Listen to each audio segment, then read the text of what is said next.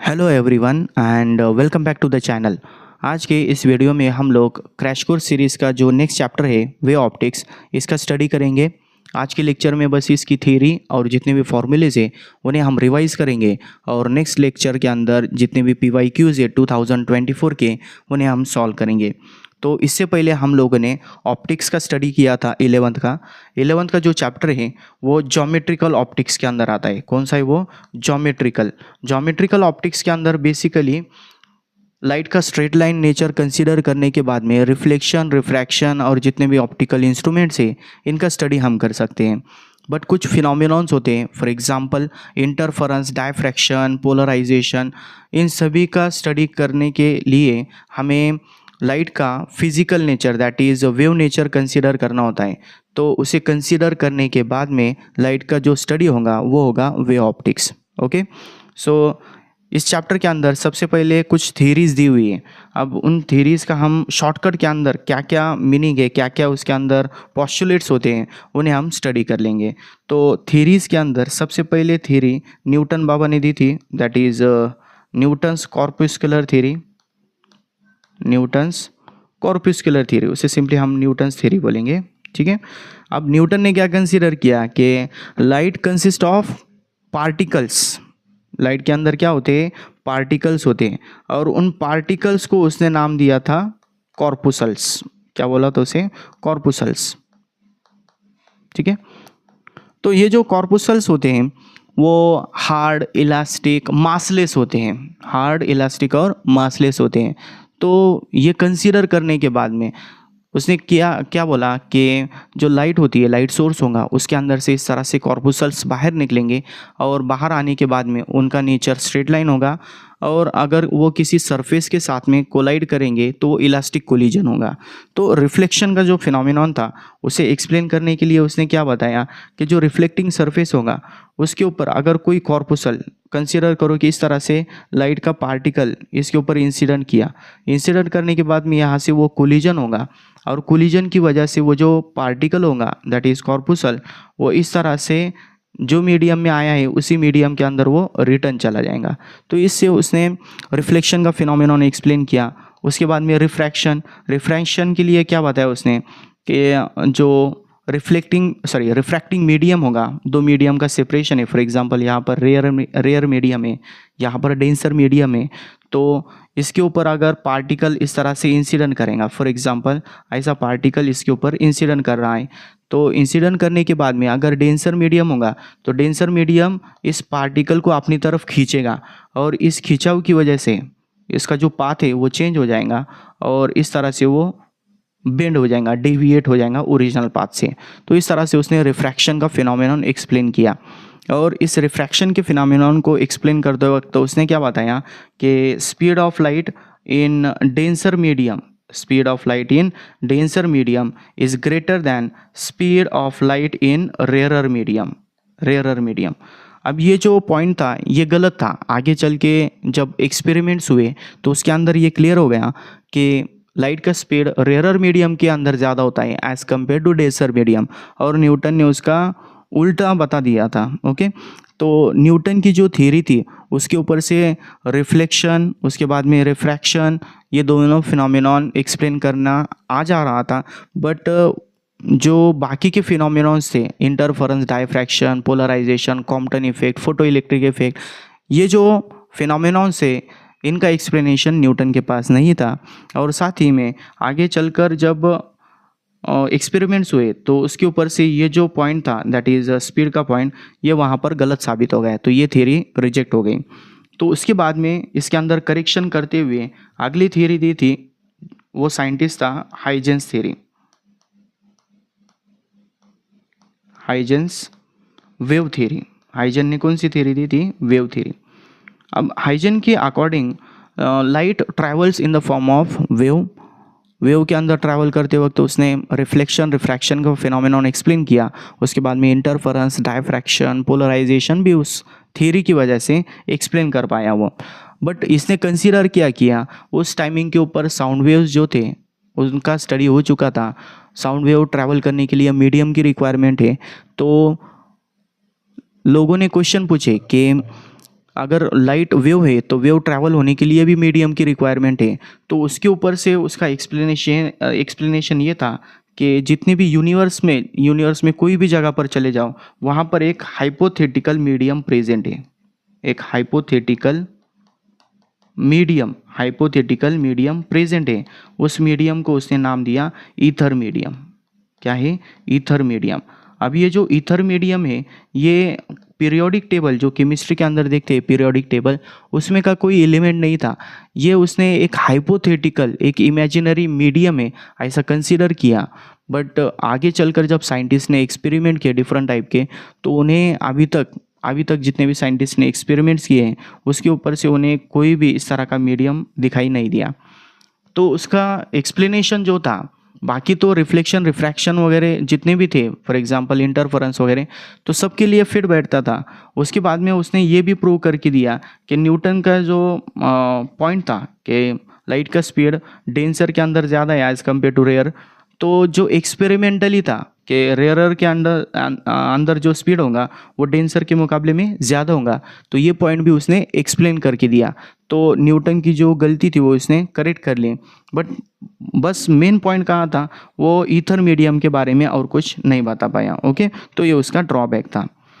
तो ये जो बेसिक थ्योरीज थी, उसके बाद में हम लोग नेक्स्ट पॉइंट स्टडी करेंगे, जो हम 4 कैटेगरीज में डिवाइड कर सकते हैं: पोलराइजेशन, इंटरफेरेंस, डायफ्रैक्शन, और लास्ट में हम लोग देखेंगे जो टेलीस्कोप या माइक्रोस्कोप होगा उसकी रिजॉल्विंग पावर। ओके, तो पहला टॉपिक हम स्टडी करेंगे polarisation. The first topic is polarisation.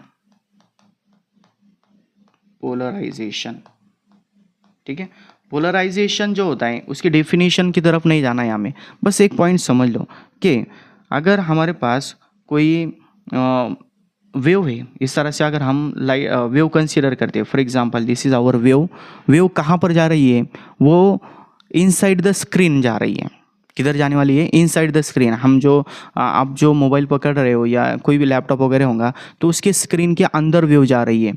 तो इसके अंदर जो इलेक्ट्रिक और मैग्नेटिक फील्ड होगी वो इस डायरेक्शन को परपेंडिकुलर होंगी। इस तरह से जो पार्टिकल्स होंगे, पार्टिकल राइट की तरफ या लेफ्ट की तरफ, इस तरह से उनका मूवमेंट होगा। पार्टिकल नहीं, वेव के अंदर जो इलेक्ट्रिक फील्ड होंगी उसका। उसके बाद में जो मैग्नेटिक फील्ड होंगी, मैग्नेटिक फील्ड भी इसी तरह इसके ऊपर परपेंडिकुलर होगी। जिस डायरेक्शन के अंदर वेव है उस डायरेक्शन को वो परपेंडिकुलर होंगी। तो इस तरह से electric field as well as magnetic field जो डायरेक्शन ऑफ वेव है उसे परपेंडिकुलर होगी। तो ये इलेक्ट्रोमैग्नेटिक वेव होगा लाइट का। तो इसके अंदर अगर हम बस एक कंसीडर करते हैं कोई भी, फॉर एग्जांपल हम यहाँ पर जो इलेक्ट्रिक फील्ड है बस उसी को कंसीडर करते हैं, जो मैग्नेटिक फील्ड है उसे हम इस तरह से निकाल लेते हैं। तो एक लाइन के ऊपर जो इलेक्ट्रिक फील्ड हम जो परपेंडिकुलर दिखा रहे हैं, तो एक लाइन के ऊपर हम कितने परपेंडिकुलर्स ड्रॉ कर सकते हैं? इस तरह से एक हो गई, this is first one, this is second one, third, fourth, fifth, 6, 7, 8, 9, 10, ऐसे करके एक पॉइंट के ऊपर, एक लाइन के ऊपर हम इनफाइनाइट परपेंडिकुलर्स ड्रॉ कर सकते हैं, उसका कोई लिमिट नहीं है। तो इन सभी डायरेक्शन के ऊपर इलेक्ट्रिक फील्ड वाइब्रेट कर सकती है, उसका ऑसिलेशन परफॉर्म कर सकती है। तो उन सभी को रिस्ट्रिक्ट करना है और बस एक पर्टिकुलर डायरेक्शन में जो इलेक्ट्रिक फील्ड वाइब्रेट करने वाली, फॉर एग्जांपल दिस डायरेक्शन, तो इसी डायरेक्शन को अगर हम पास करेंगे तो उसे बोलते हैं the phenomenon of polarisation. Polarisation के जो क्वेश्चन होते हैं उसके अंदर सिंपली एक ही लॉ यूज़ करना है हमें, मालूस लॉ। तो आप समझ लो सिंपली कि अगर हमारे पास इस तरह से कोई सोर्स ऑफ लाइट है, कंसीडर करेंगे हम यहाँ पर कि एक सोर्स ऑफ लाइट है, ठीक है, यहाँ से जो लाइट है वो बाहर की तरफ आ रही है इस तरह से, दिस इज सोर्स। अब सोर्स में से जो लाइट बाहर आने वाली है वो अगर किसी पोलराइज़र के ऊपर इंसिडेंट करती है, इस तरह से यहाँ पर एक पोलराइज़र है, ओके, हम इसे पोलराइज़र बोलेंगे सिंपली, पोलराइज़र। तो इस पोलराइज़र के ऊपर पड़ने के बाद में कोई भी पोलराइज़र हो, अगर वहाँ पर एक ही पोलराइज़र होगा, तो उसकी वजह से यहाँ से अगर इंटेंसिटी ऑफ लाइट I0 होगी, सोर्स से जो लाइट निकल रही है उसकी इंटेंसिटी अगर I0 होगी, तो फर्स्ट पोलराइजर में से पास होने के बाद में उसकी इंटेंसिटी I0/2 हो जाएंगी, हाफ। ठीक है, यहाँ पर पोलराइजर हम किसी भी डायरेक्शन के अंदर रखेंगे तो वहाँ से जो लाइट बाहर आने वाली है, यहाँ से जो लाइट इस तरह से बाहर आने वाली है, उस लाइट की जो इंटेंसिटी होंगी वो हाफ होगी, half of the original value.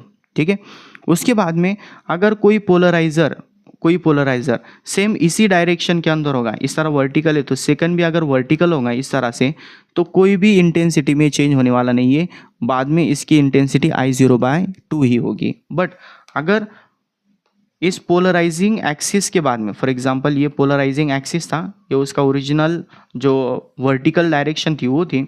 अब इस पोलराइजिंग एक्सिस के साथ में अगर दूसरा पोलराइजर कोई एंगल बना रहा होगा इस तरह से, okay, this is second polariser, P2 बोलेंगे हम उसे, सेकेंड पोलराइजर। तो ये जो सेकेंड पोलराइजर है, ये अगर पहले पोलराइजर से थीटा इतना एंगल बनाएगा तो इसके बाद में जो इंटेंसिटी होंगी, intensity after the second polariser I2 will be equals to I1 into cos square theta, I1 cos square theta. This is known as Malus law. इसे सिंपली क्या बोलते हैं, Malus law. First polarise simple है, देखो polarisation के जो question होंगे, आप अगर CET क्वेश्चन देखे होंगे तो बहुत लेंथी होते हैं, पर अब अगर आपको पता चल गया कि पोलराइजेशन का है तो 100% आपको वो क्वेश्चन सॉल्व होने वाला है। उसके अंदर बस क्या देखना है, फर्स्ट पोलराइजर होगा, वहाँ की इंटेंसिटी हाफ हो गई। सेकेंड पोलराइजर अगर किसी एंगल के ऊपर होगा तो इंटेंसिटी कितनी होगी, I1 जो पहली यहाँ से इंटेंसिटी होंगी ना, फॉर एग्जांपल I0/2, या I0/2 यहाँ पर आ जाएगा, I0/2 इंटू कॉस स्क्वायर जो एंगल होगा वो लेना है हमें। ओके, इतना सिंपल सा ये यहाँ पर फॉर्मूला है। ओके, उसके बाद में नेक्स्ट जो पोलराइजेशन के अंदर एक लॉ होता है, that is Brewster's law. Second polarisation के अंदर होगा next point, that is Brewster's law. Okay, Brewster's law क्या है कि जो अनपोलराइज्ड लाइट होती है, जो सोर्स से निकलने के बाद जो लाइट होगी, वो अगर किसी रिफ्रैक्टिंग मीडियम के ऊपर इस तरह से पड़े कि पहला जो मीडियम है, कंसीडर करो कि वो एयर मीडियम है और दूसरा मीडियम कोई ग्लास या कोई दूसरा डेंसर मीडियम है। ठीक है, तो अगर यहाँ पर जो इंसिडेंट रे है, इस तरह से हम इंसिडेंट रे दिखाएंगे, incident ray, this is incident ray, और जितने भी एंगल्स है उन्हें दिखाने के लिए इस तरह से एक नॉर्मल की ज़रूरत होगी, नॉर्मल हो गई है। ओके, तो यहाँ पर इंसिडेंट रे का जो एंगल होगा, फॉर एग्जांपल यहाँ पर हम एंगल ऑफ इंसिडेंस कंसीडर करेंगे इस तरह से, this is angle of incidence I। तो अगर जस्ट 1 मिनट,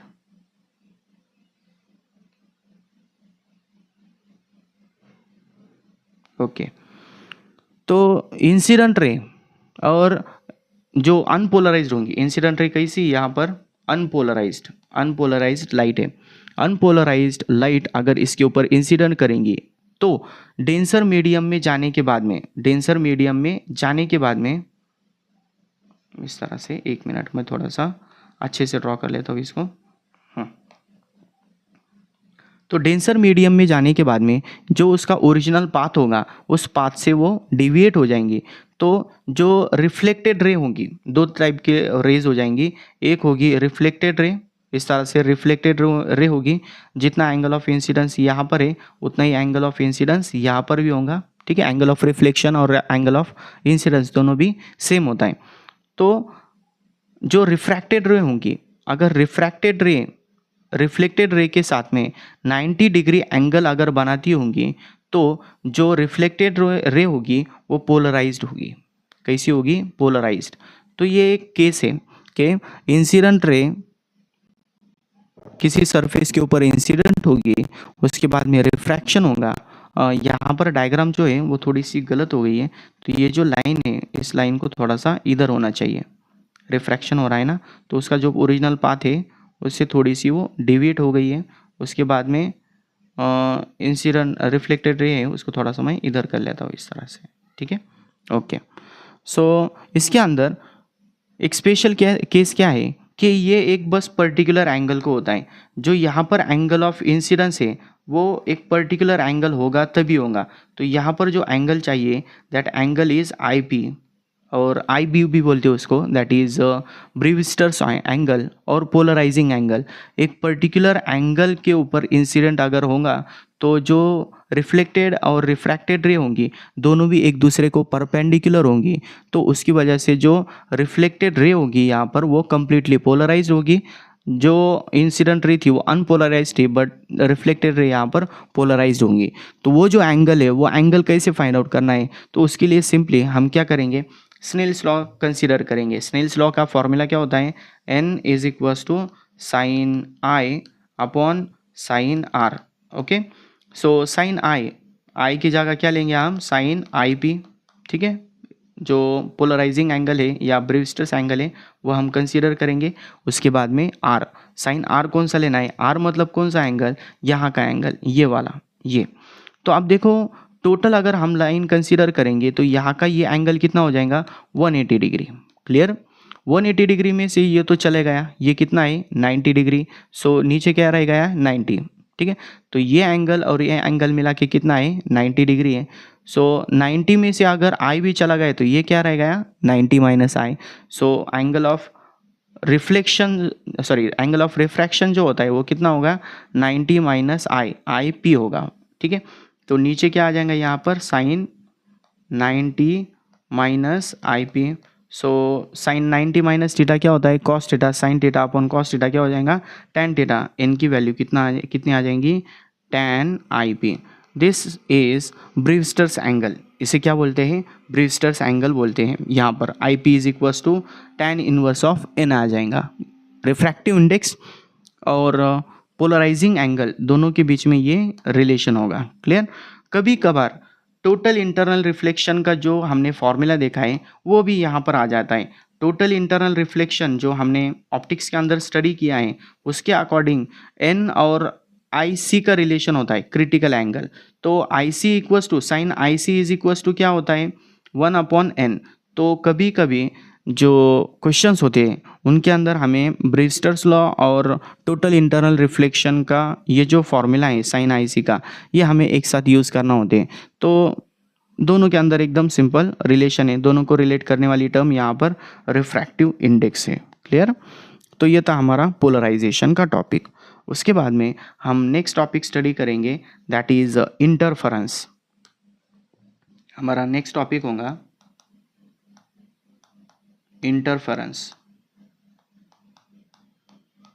ओके, इंटरफेरेंस के अंदर अगर दो लाइट वेव्स होगी या साउंड वेव के अंदर भी होता है बट हम लाइट का ही कंसीडर करेंगे। दो वेव्स अगर एक के ऊपर एक अगर कोलैप्स करेंगी या कोइंसाइड करेंगी तो उसकी वजह से कई पॉइंट्स के ऊपर मैक्सिमम इंटेंसिटी होंगी और कई पॉइंट्स के ऊपर मिनिमम इंटेंसिटी होंगी। तो इसकी वजह से जो वेव की इंटेंसिटी है वो चेंज हो रही है। तो ये जो modification in intensity of light होगा उसे हम बोलेंगे इंटरफेरेंस ऑफ लाइट, ठीक है। तो इंटरफेरेंस के अंदर मोर देन टू वेव्स भी हो सकती हैं बट हम दो वेव्स का कंसीडर करेंगे। तो यहाँ पर सिंपली कंसीडर क्या करना है हमें कि इस तरह से दो waves, for example this is our first wave, this is our first wave, इस तरह से हम एक वेव दिखा लेते हैं यहाँ पर, this is the first wave. उसके बाद में इसी के ऊपर दूसरी वेव भी कोइंसिडेंट करेंगी इस तरह से। कोई वेव एग्जैक्टली इसके ऊपर होगी या कोई वेव यहाँ से स्टार्ट कर रही होंगी, बट इन दोनों के बीच में जो फेज डिफरेंस होगा उसे फाइंड आउट भी हमें करना होगा। तो ये जो दो वेव्स होंगी एक दूसरे के ऊपर जो कोइंसाइड करेंगे तो रिजल्टेंट एम्पलीट्यूड जो होता है, रिजल्टेंट एम्पलीट्यूड हो गया, उसके बाद में इंटेंसिटी हो गई, ये एक दूसरे से कैसे रिलेट करते हैं उसके लिए हमें फॉर्मूला देखना होगा एक। तो रिजल्टेंट एम्पलीट्यूड जो होता है दो वेव्स का जो रिजल्टेंट एम्पलीट्यूड होगा, रिजल्टेंट एम्पलीट्यूड वो कैसे फाइंड आउट करेंगे हम लोग, that is given by resultant amplitude A of the two waves is equals to square root of, यहाँ पर आ जाएगा a1 square plus a2 square plus 2 times A1 A2 into cos phi. phi is the phase difference between two waves, दो waves के बीच में का phase difference होगा। A1 A2 जो इंटरफेयरिंग वेव्स है उनकी एम्पलीट्यूड से, और हमें एक रिलेशन पता है कि intensity is directly proportional to square of amplitude. तो जहाँ पर भी ए स्क्वायर हो जाएगा, ए स्क्वायर होगा उसकी जगह आई आ जाएगा, that is amplitude, sorry intensity. तो इसकी वजह से अगर दोनों तरफ हम यहाँ पर स्क्वायर करेंगे तो ये स्क्वायर हो जाएगा और यहाँ का स्क्वायर रूट कैंसिल हो जाएगा। तो जो रिजल्टेंट इंटेंसिटी होंगी I are will be equals to A1 की जगह A1 स्क्वायर की जगह I1 आ जाएगा, A2 स्क्वायर की जगह I2 आ जाएगा, प्लस 2 टाइम्स A1 की जगह रूट ऑफ I1 होगा, A2 की जगह रूट ऑफ I2 होगा, दोनों को एक साथ में लिख लेता हूँ मैं।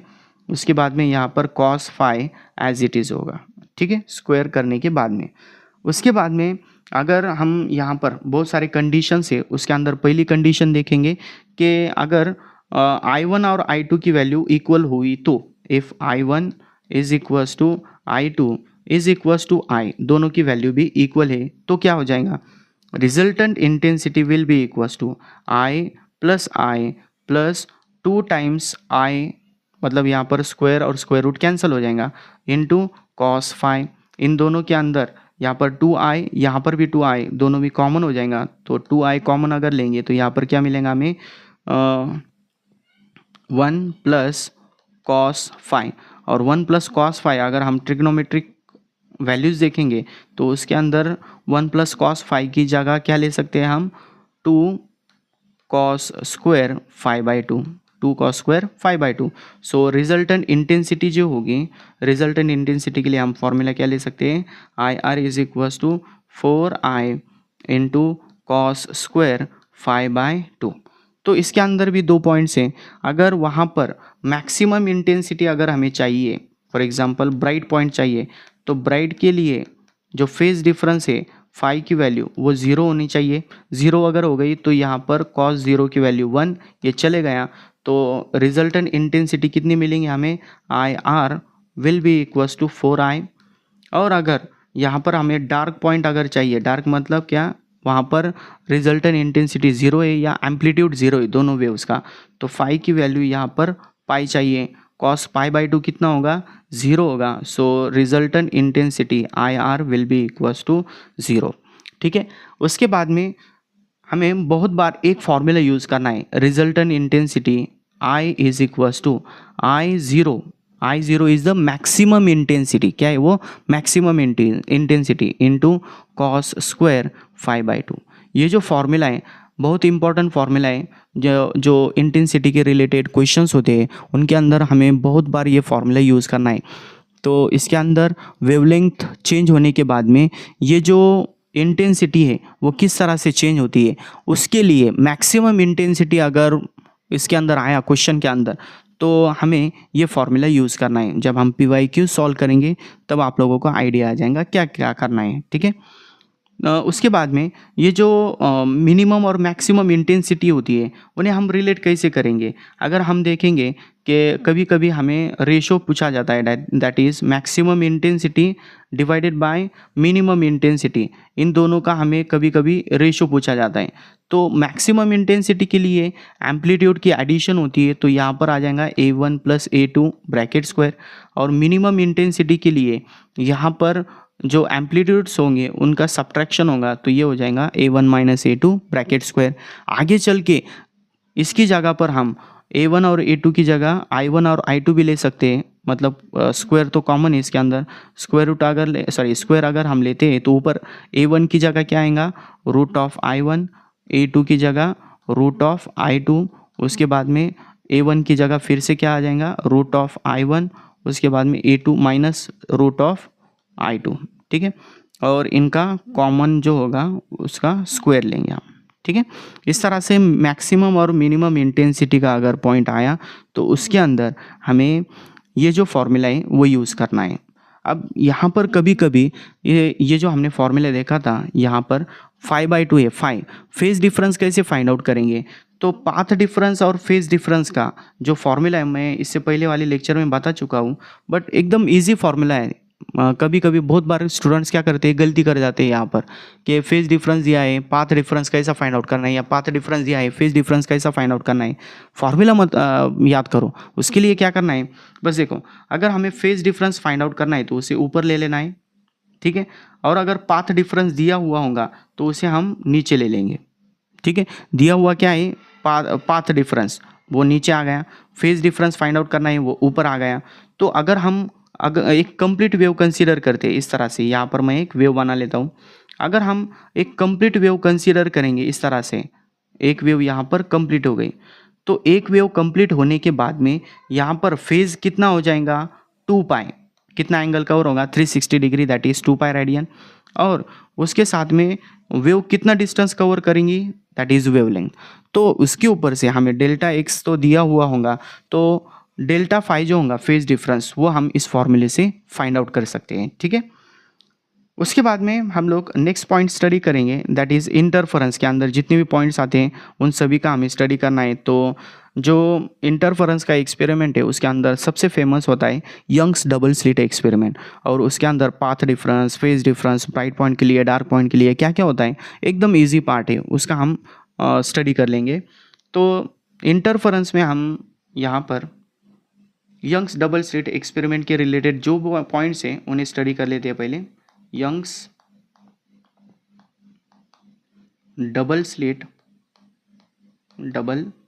Slit experiment.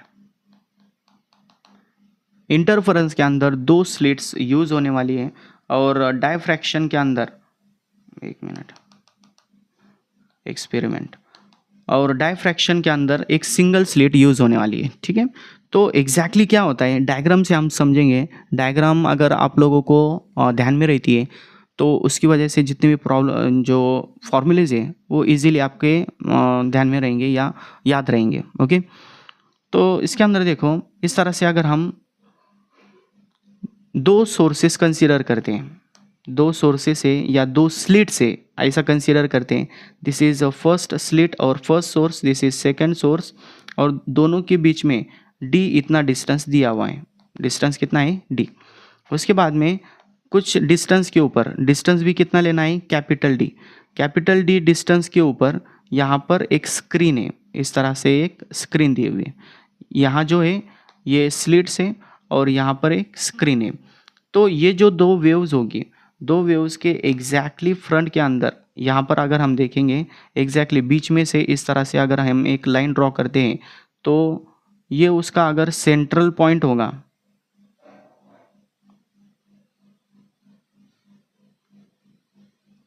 Just 1 minute,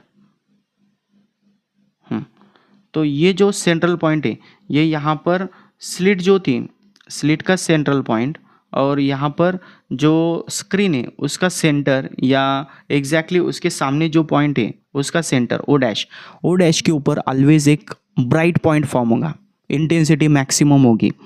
but कुछ पॉइंट्स के ऊपर, फॉर एग्जांपल जो फर्स्ट सोर्स है उससे लाइट निकलने के बाद में इस पॉइंट पर आज आकर पहुंच गई है, उसके बाद में सेकंड जो सोर्स है उससे लाइट निकलने के बाद में इस पॉइंट के ऊपर आ चुकी है।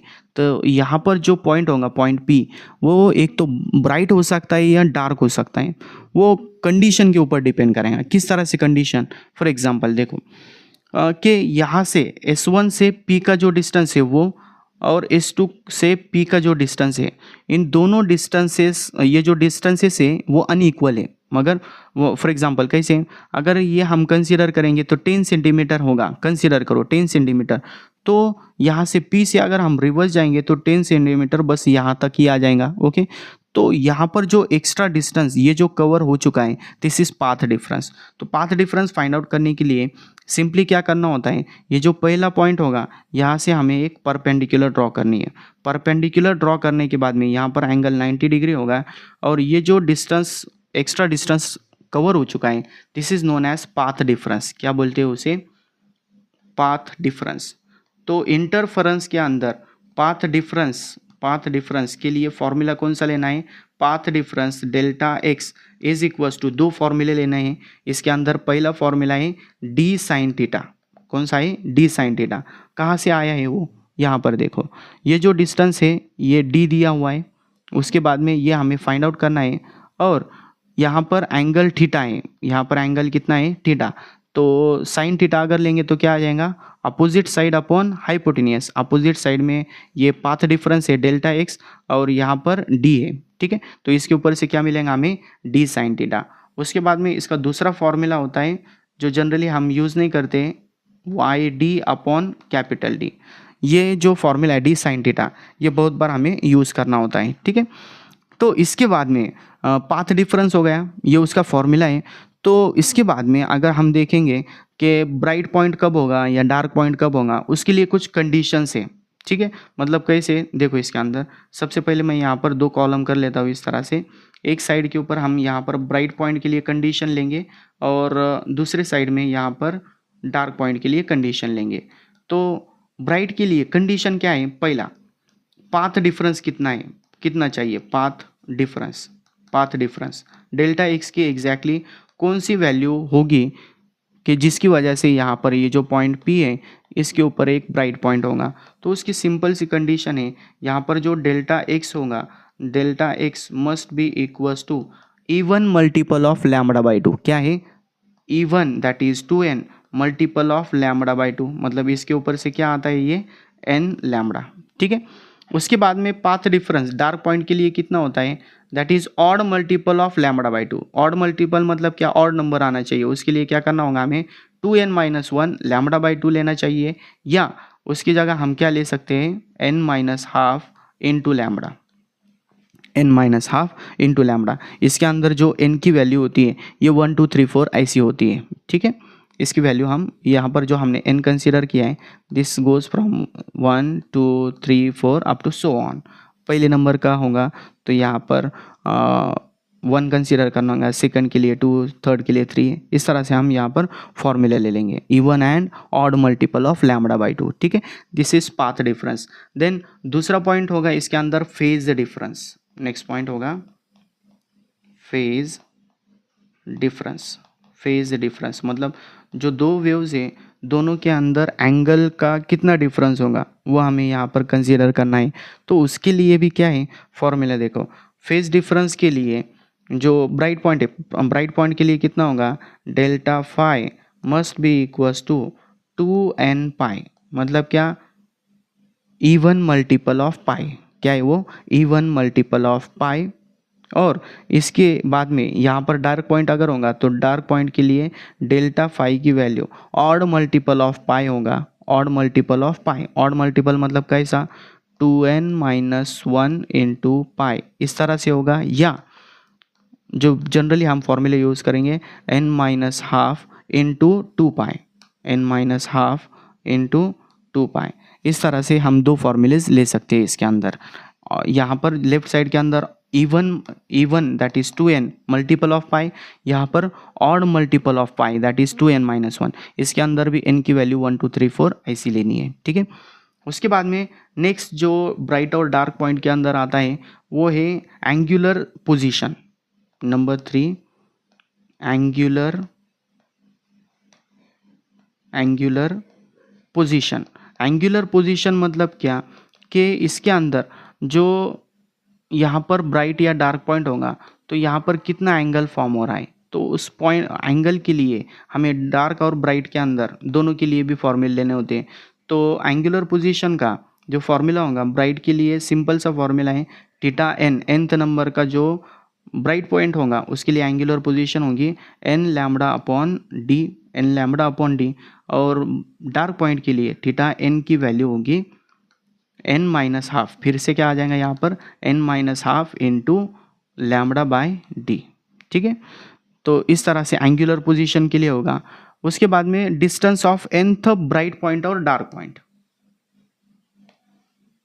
नेक्स्ट कौन सा है, number 4 distance of nth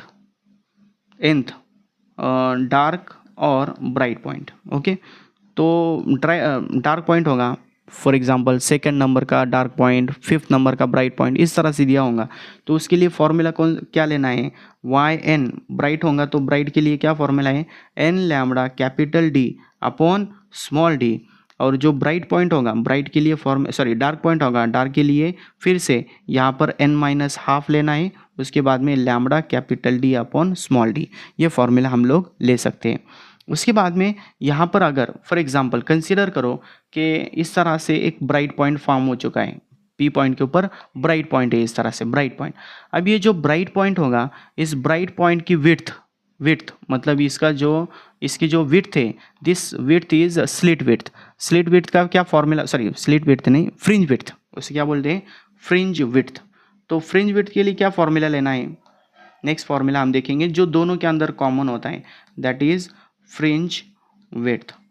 fringe width के लिए क्या फॉर्मूला लेना है, that is W equals to lambda capital D upon small d, ये फॉर्मूला हम लोग यूज़ कर सकते हैं। क्लियर, इस तरह से ये जो फ्रिंज विड्थ है उसके लिए सिंपल सा फॉर्मूला है, जो डिस्टेंस ऑफ nth डार्क और ब्राइट पॉइंट दोनों के लिए आया है, मतलब lambda capital D upon small d दोनों के अंदर है, तो यहाँ पर भी हम फ्रिंज विड्थ के लिए वो फॉर्मूला यूज़ कर सकते हैं। ठीक है, इस तरह से हम लोगों ने पोलराइजेशन, इंटरफेरेंस, ये दो टॉपिक स्टडी कर लिए।